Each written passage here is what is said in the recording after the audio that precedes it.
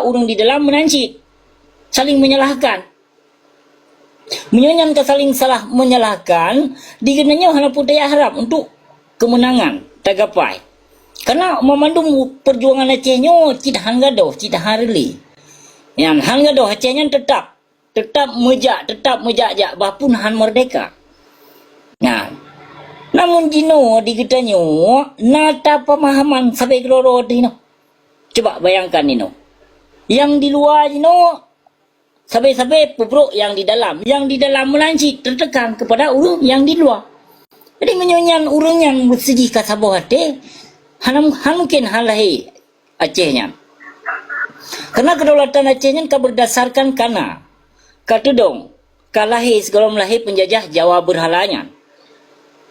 Kanya, jino aci coba. Apalagi nyo lagi yang kamu musibahnya pun